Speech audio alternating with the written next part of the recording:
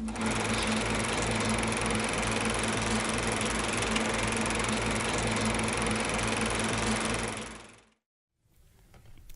right, hi.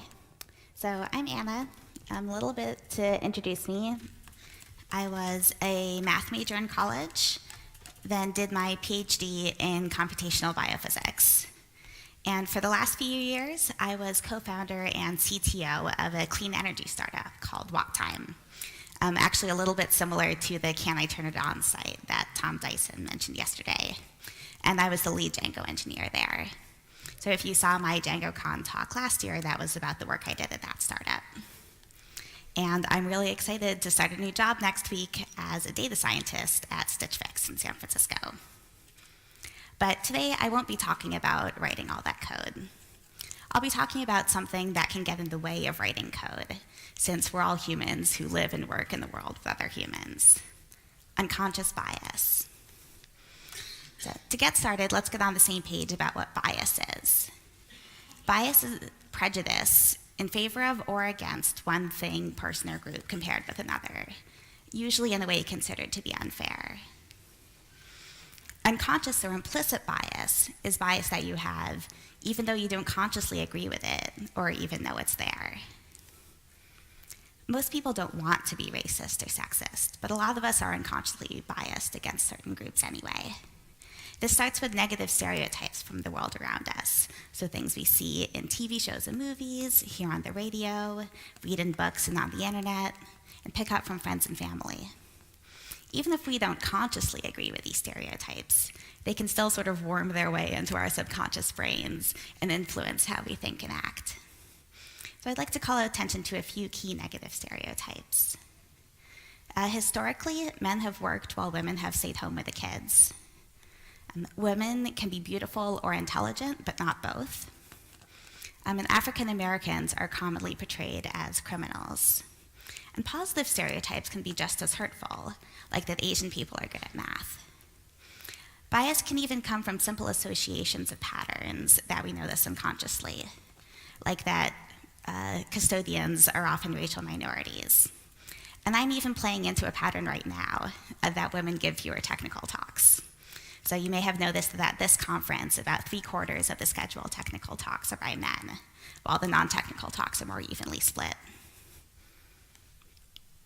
So before stereotypes even lead to bias, stereotypes by themselves can be damaging.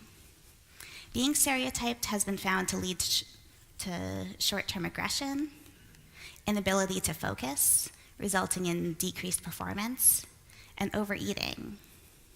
And people who regularly encounter the threat of being judged by negative stereotypes are more likely to have hypertension, to be depressed, and to rate their own health more poorly. Being at the receiving end of positive bias hurts too. For example, implying someone is likely good at math because they're Asian might make the victim dislike the speaker and make them angry. When stereotypes lead to unconscious bias about who can thrive in science and tech, this leads to barriers to entering STEM fields, the so-called pipeline problem.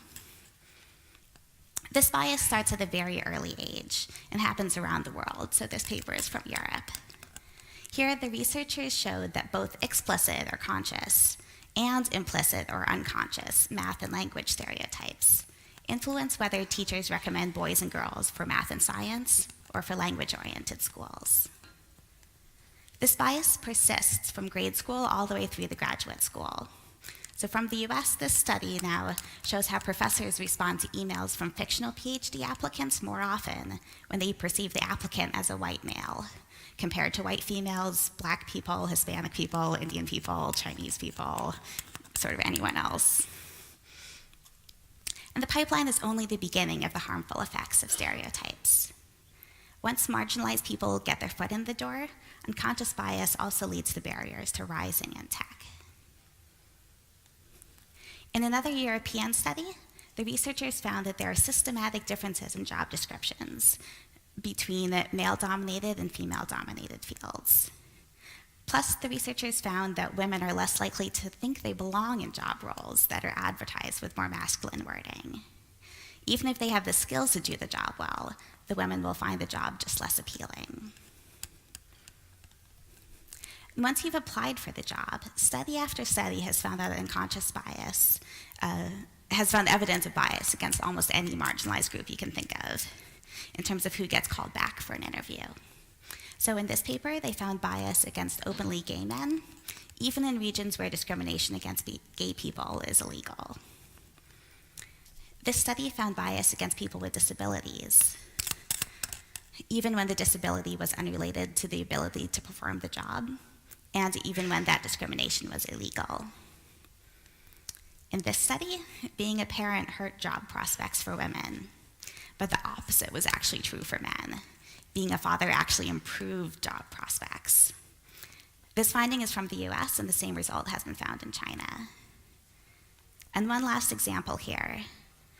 Bias was found against people with Arabic-sounding names, both among American and among Dutch reviewers. So imagine experiencing these biases every time you want to change companies or even move up within your own company. And imagine how much worse that bias might be if you're an Arabic lesbian mom in a wheelchair. Like, presumably those people exist and they want to work in tech just like anyone else. So studies have actually looked at this specifically, at this kind of intersection, for instance, between gender and race. So this review called Double Jeopardy is pretty interesting, talking about the specific issues that women of color experience in science. Women and racial minorities are both less likely to be given the benefit of the doubt. And the problem is only worse if you're both a woman and a minority. But when women of color are assertive, when they demonstrate leadership and competence, they get extra pushback for it. Even when you are successful, these harassing or unsupportive work environments are a common reason for leaving tech. And women do leave tech at greater rates than they leave the non-tech workforce. So the top orange line here is the graph of women being retained in non-tech fields. And the bottom blue line dropping off is the number of women being retained in tech. And only 20% of the women who are leaving are taking a break, like for family reasons. The other 80% of women leaving tech are still in the workforce. They're just getting jobs in other fields. One reason is financial. There's a pay gap in tech between men and women, between white people and racial or ethnic minorities, and between moms and everyone else. So this data is from tech workers in the US on H-1B visas, which is a great source of transparent salary data. And the pay gap depends on job role. So this study from Hired found a larger gap in software engineering than in roles with more women. So if someone thinks they can make a fairer salary in a different role, why not switch? But hardly anyone makes career decisions solely based on compensation. There are many, many cultural cues that the company can give to signal that an employee is not valued, that encourage them to leave. So one is feedback and performance reviews. In this study from the National Center for Women in Information Technology, the majority of women received negative feedback on their performance reviews, while the majority of men received only positive, constructive feedback. And the negative feedback for women was often about personality, not actual performance, in ways that reflect common unconscious biases, like telling women to pipe down or be less abrasive. So together, these barriers keep some groups underrepresented in tech and reinforce the pre-existing stereotypes, creating what we've dubbed the positive feedback loop of negative stereotypes. So to summarize several decades worth of research, there's this iconic paper titled "The Existence of Implicit Bias is Beyond a Reasonable Doubt." So as I started reading all this, I was a bit surprised to learn that, the so-called debate about climate change among social scientists, the existence of unconscious bias is just totally taken for granted. It's a non-issue. And it's holding back white women, people of color, queer folks, and a lot more other groups. So unconscious bias is real, and it is impacting diversity. Maybe I've been preaching to the choir here, though. The majority of you probably already knew this was a problem, especially after Eric's talk yesterday. Brand new data from Stack Overflow here shows 60% of white male software developers worldwide already think that diversity is important. So that number is pretty good. even though it's much lower than the fraction of people who care about diversity in any other demographic. So that's the bad news. But we're only, 10 minutes into the talk? Plenty of time to talk about the optimistic side and solutions too. So even though stereotypes come from our environment, that does not make us powerless. We still have the power to address those stereotypes head on, to reduce our unconscious bias, to think with empathy and act with compassion, and to work together to create social structures that encourage everyone to be supportive of everyone else.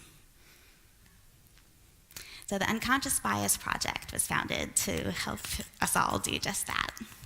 So UBP was co-organized by me and two friends, Kat Adams and Lynette Mara, with help from a bunch more volunteers. And most of the current crew are science grad students or PhDs. So if you haven't noticed, we care a lot about making sure there's good scientific evidence to back up everything that we're talking about. We've given versions of this talk here to about 10 different audiences over the last year, mostly in science and academia, as well as doing a bunch of other outreach events. But I finished grad school 10 years ago, or not 10 years ago, but like 3 years ago, and you're my peeps. So it is truly an honor to get to share our thoughts with you, the wonderful Django community that I care about so much. So I'll be breaking the rest of the talk up into 3 parts. Words that you can say when you find yourself in a biased situation, ways to hack your thoughts and reduce your own unconscious bias, and policies that can make it easier for people in your organizations to act with less bias. So words first. We've been working with a really cool cartoonist named Teresa Oborn to illustrate some real scenarios that come up. So here's one of her cartoons. So who's heard this one before? She's really smart, but I wish she wasn't so bossy. And I give this talk to more women, more people raise their hands. So what are your options when someone says this to you? One option is to say nothing. It's okay to pick your battles. Another option is to observe that the comment is stereotypical and hurtful, like saying, ouch, that's a bit harsh. Another option is to redirect by countering the stereotype, like saying, she's not bossy, she's a leader. A positive comment like this can help weaken the negative stereotype for those around you, without being too confrontational or derailing the conversation. So instead of a microaggression, you can think of this like a microaffection. If unconscious bias is a common occurrence in your environment, you can consider using the buddy system. That can make sticking up for your coworkers, like in the previous cartoon, even more powerful. So to use the buddy system, simply find a buddy. Maybe have a secret handshake or a decoder ring. Anyway, once you have your buddy, you and your buddy can remind each other before meetings or events to be on the lookout for bias. A bias buddy is strongest when you're different races or genders, religions, whatever. So a bias buddy can do many things. For example, if there's interruptions, say, I want to hear what Sarah has to say. For giving credit, Ahmed just said that 15 minutes ago. For emotional support, she was a real jerk to you in there. And you can also get recon after the fact. If you witness someone say something biased, but you aren't sure what the victim really wants in the moment, you can check in with them afterwards and ask what they would appreciate you doing in the future. This might be an especially good strategy, for instance, if you witness someone with a disability receiving bias and you don't want to come off as patronizing or aren't sure how the disability affects them. So here's a bias buddy example that happened on the Django RRC a few months ago. So I've changed the names and taken out some of the intervening comments. So Antonio says, hey guys, I really need another project into my CV. And Beth responds with an observation about the stereotype. Some of us aren't guys. Carl steps in as a bias buddy to Beth and redirects Antonio to the code of conduct. He then gives a really fantastic explanation of one reason why bias buddies can be so powerful, because it shares the load and takes the burden off of the people being stereotyped. Antonio responds with more bias, kind of saying that he should get to be the judge of what Beth and other people feel. And Carl responds as a bias buddy again, by clearly labeling Antonio's bias. Nobody is entitled to decide what's a justified reason for other people to feel bad. What about this situation? So I think you'd advance further in physics if your hair were more professional. Even though the speaker here means well, her advice assumes that it's okay to make women, especially women of color, spend time, money, and energy on conforming their appearance to their workplace. In an inclusive environment, Latifah wouldn't have to do this extra work. And she doesn't need to do the work of explaining why not either. So instead, she could reflect the comment back and say, what's unprofessional about my natural hair? The strategy of making the speaker do the work of challenging their own assumptions is one of my favorites. Another option is to label the stereotype that's in play. So for instance, Latifah could say, my natural hair is only a problem to people who hold unfair racial biases. We've thought about making little cards so you could hand out like penalty cards in soccer. Like, you just reinforced negative stereotype against women, number 32. The bias against working mothers is still a huge problem too. So when Preeti here is questioned about her dedication to her career, she might want to respond by transferring the work and saying, why do you think good work and good parenting are mutually exclusive? Or maybe this is the 5th time today that Preeti has been asked what will happen when she wants to start a family, and she's just sick of responding to bias with tact. Instead, she can give herself permission to be snarky and blunt. Like, the exact day my leave is over, I'll be right back in this chair. Microaggressions can add up, and it's okay to feel stressed when they accumulate. And if you see someone else do something that seems like overreacting, remember that what looks like just a minor isolated incident to you might be part of a larger pattern of harmful bias for them.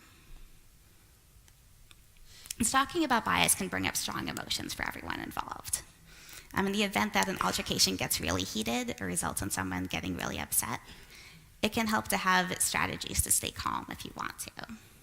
So there are these 4 pillars of self-awareness from psychology. You can check in with yourself emotionally. So ask how you're feeling. If this sort of interaction makes you so anxious you can't focus for the rest of the day, acknowledge to yourself that that's normal and okay, and find something else to do. Second, you can check in with your body. Breathe. Relax your face muscles. Check your body language. And at the cognitive level, remember why you're doing this in the first place. I like to remember that everyone is capable of change and use that as inspiration to continue a discussion, even when it's unpleasant. Some people also like to choose a value like hope or courage, and you can repeat that in your head if you're frustrated. And last, behavioral. You can step away and ask to revisit it later. Or maybe taking a walk together away from other colleagues could help. And some of these techniques are a bit like meditation too. So if you meditate, that can help you reduce stress in a tense bias situation. Moms aren't the only parents who can be hurt by bias. A lot of dads report frustration too when others assume they're not taking care of the kids and taking an active role in parenting. So here, when one man asks, does your wife take care of the kids or do you do daycare? The other man could respond by observing that he stays home with the kids. Or going even further, the dad might decide it's a good time to redirect and remind the man that not all families have one mom and one dad.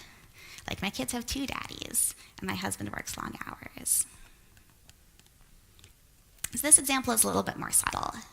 So here, a VP is asking a senior engineer who's a racial minority if he can represent the department at an orientation event for freshman interns. People of color are often asked to show up at events like this to give the appearance of diversity. But if the team isn't actually diverse, and this kind of unpaid work falls disproportionately on just a few people, it can add up and make it harder for them to meet other career goals. So by saying not this time, I need to stay on track for the next product release. The engineer can redirect back to shared priorities and give a reminder of the value of his paid work. Or he could label the bias and call it out by saying something like, it would be great if the team had more minorities to share that responsibility with me. That might help his boss see the connection between unconscious bias in the moment and the more systemic diversity problem at the company. So next time you hear a bias comment like one of these, whether it's directed at you or at your bias buddy, remember that you have options for how to handle the situation. Everything from observing the problem to transferring the work to labeling the stereotype. And sometimes the only way to get heard is to get angry. Switching gears to thoughts now. So who in the audience has gone to some sort of diversity training they felt like was a big waste of time? Yep. So as it turns out, a bad training can not only not reduce bias, it can actually leave attendees with more hostile attitudes towards people that don't look like them. So bad training makes people more aware of our differences without giving mental strategies to reconcile those differences. So I think a lot of the backlash towards diversity trainings is actually pretty warranted. So we try to use only evidence-based approaches at Unconscious Bias Project. So one really cool study is this paper, where in a controlled lab setting, the researchers found their training worked to reduce unconscious bias for at least 3 months, like they could statistically show it. So UBP contacted them, and we got their materials, and we've given the workshop to a few different groups now. So attendees just have to bring a laptop and 90 minutes of their time, and afterwards they are statistically likely to have less bias. It's pretty cool. So one of the reasons this seems to be so effective is that attendees leave with an increased concern about unconscious bias, which encourages them to continue applying the mental exercises they learned in the workshop, continually reducing bias over time. So I'd like to distill their entire paper into the next 5 minutes. So there are certain prerequisites necessary to reliably reduce bias. First, you're motivated to overcome your bias. Second, you're aware of your biases and why they exist. So, for example, the workshop starts with folks taking an online test called the Implicit Association Test, or IAT, which you can find at projectimplicit.net. This test measures tiny microsecond differences in how quickly you respond and associate certain terms with different groups of people. So it's not a perfect assessment, but it drives home the idea that bias comes from automatic associations that our mind builds and can be in opposition to our conscious thought. Third, you learn to detect the subtle influence of stereotypes on your thoughts and behavior. And last, you learn and practice strategies that help you reduce automatic bias. So what are these strategies, you might ask? I will tell you. The one strategy is stereotype replacement. So the idea here is to consciously recognize that a thought you just had stemmed from a stereotype, instead of leaving that bias buried in your subconscious. So for instance, when you see a situation like this one, try to pay attention to your first reaction to it. Whether you assumed each of these people are engineers or designers, beginners or experienced, straight or queer, employees or founders, disabled or not, communicating well or poorly.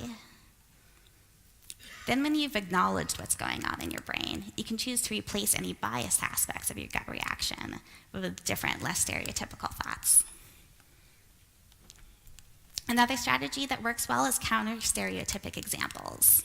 So when you're presented with a stereotype, picture a counterexample to that stereotype, like a friend, a famous person, or a fictional character.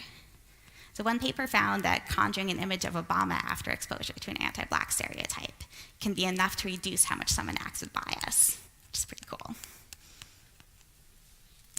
Another strategy is individuating.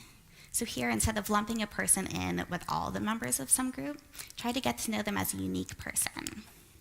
If you're just passing them on the street, you can note their clothing, their glasses, facial features, something that they've chosen and something that represents their actual personality. Another is perspective taking. So say if you're on a train and you find yourself thinking stereotypic thoughts about someone you see. Imagine how hurt you'd feel if someone assumed the worst about you just based off some physical trait you had no control over. And the last one is pretty fun, increasing opportunities for contact. So all of these approaches play off each other too. As you get to know more people from a given group that you might be biased against, you can use them as a counter-stereotypic example, and so on. So a few ideas here: you can try a new hobby or coffee shop, you can follow folks on Twitter, you can contribute to an open source project with diverse maintainers, and you can mentor someone new or find a mentor for yourself. I'm not gonna lie though, increasing opportunities for contact can be scary too. For some people, nervousness about getting it right can more get in the way of acting like our best and most human selves. Or maybe you really care about sharing your privilege and helping another group, but you don't know where to start. If you struggle with this, it might help to shift things in your head and choose a different goal. Maybe something like understanding instead of helping. When in doubt, it's always a good move to listen and be genuinely curious. So Twitter and blogs can be an awesome way to get started with this, because you can follow along and learn a lot and get a sense of what someone is interested in and what they might or might not want to have a conversation about. It also helps to be open to hearing things you didn't expect, reading body language cues, and believing what people say about their experiences, even when it seems contradictory to something you thought you knew. And if someone gives you some hard feedback or simply doesn't have time for you, try to stay humble. Other people are the main character of their own story. So unconsciously biased thoughts are like a habit. And like any habit, it can be broken. It does take conscious effort though. It takes time, and it takes the motivation and the willingness to do things differently. Unless you live under a rock though, we're all being exposed to new stereotypes constantly, and you can never quite be cured of unconscious bias. You're never done breaking the habit. But over time, these strategies to reduce bias become habits themselves, and it'll feel easier to squash unconscious bias when it comes up again. And in parallel with the personal adjustments you can make to your words and your thoughts, there's also important work that can be done at an organizational level through putting good policies in place. Now, I bet some of you are resisting this idea a little bit. Like, tech is a meritocracy, right? While we're all moving fast and breaking things, won't rules just slow us down and make it harder to identify rock stars by their raw talent? Nope. Exactly the opposite, in fact. The fact that the tech sector celebrates the idea of innate talent is actually evidence that tech is not a meritocracy. So this study showed that when a company values individual performance as the way to get ahead, manager-level folks will give men significantly higher bonuses than women based on the same hypothetical performance review. So that's the bars on the right there. Instead, if company values include transparency and consistency, men and women are given similar bonuses. So you can think of good policies like the bumpers in bowling. Without them, people with more unconscious bias will throw more gutter balls by unintentionally acting on their bias. On the other hand, good policies can guide people's unconscious behavior in the direction they'd want to go if you consciously ask them, towards an environment that includes and recognizes everyone's talents. This analogy isn't perfect, though, because bumpers are pretty rigid, and policies can work better if they respect the nuance of individual situations that you hadn't anticipated yet, often by motivating from shared principles. The best resource I know of for policies is called Project Include. They've done far more thorough work on collecting best practices in this area than Unconscious Bias Project has. So I'll just highlight a few of their recommendations now. And this is only scratching the surface of what's on their site, so check them out. One overarching principle is to value transparency and consistency. So just like in that last study a few slides ago, transparency and consistency can reduce bias in a lot of different areas. So to make that more concrete, a few of Project Include suggestions are to define and share clear compensation bands, create a clear organizational chart and a consistent promotion ladder, and to make the process of reporting conflicts collaborative, transparent, and solution-oriented.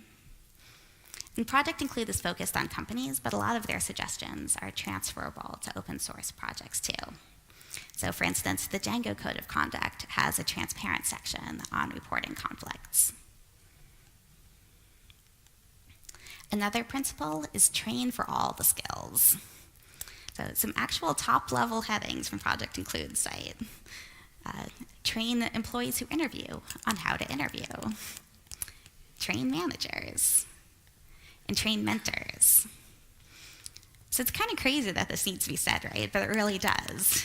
So-called soft skills matter, and training for them can reduce unconscious bias, not to mention creating a better experience for all the members of your team. Another is to aim for inclusion and equity, not just for diversity. So we haven't really defined those terms yet, so here's how I think about it. I think of diversity as being about headcount, about representation. So for instance, do you do user research, if you do user research, with people with disabilities? Equity is about resources and opportunities. So do you compensate those people with disabilities at a fair and just level, considering their unique perspective, the value they're adding to your product, and also the fact that they may have fewer other earning opportunities than other members of your research pool?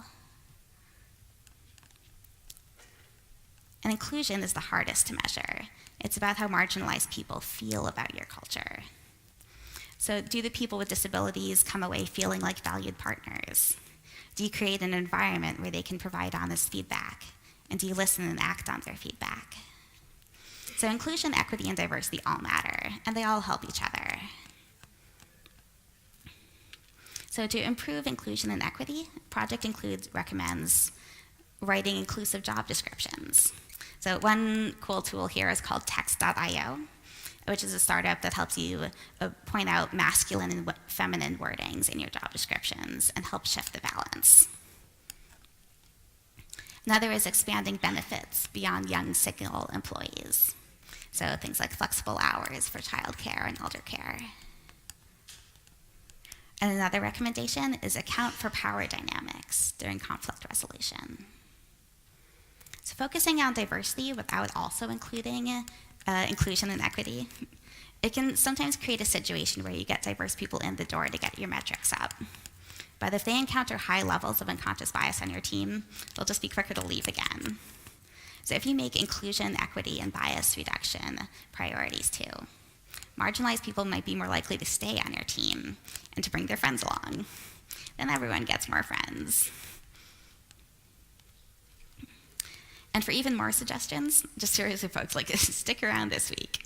Django Europe is like a masterclass in unconscious bias with a minor in databases this year. Other folks are talking about investing in building communities that communicate with empathy and empower reporting when things go wrong. Making the learning, interviewing, and mentoring processes more inclusive. And diversity includes neurodiversity. So we heard yesterday about being inclusive of people on the autism spectrum. Unconscious bias can manifest in algorithms. So tomorrow's keynote is about being alert for reducing bias in code. And the event itself, like they've established shared principles through the manifesto, anonymized talk submissions, there's pronoun buttons, the code of conduct, financial assistance, the speech to text. So it's really cool. And no talk or event is perfectly inclusive, and it's great if you have suggestions for how other underrepresented perspectives could be even better included. But it says something astonishing and beautiful about the Django community, that this is what we prioritize when we spend time together. So let's hear it for the organizers and the other speakers.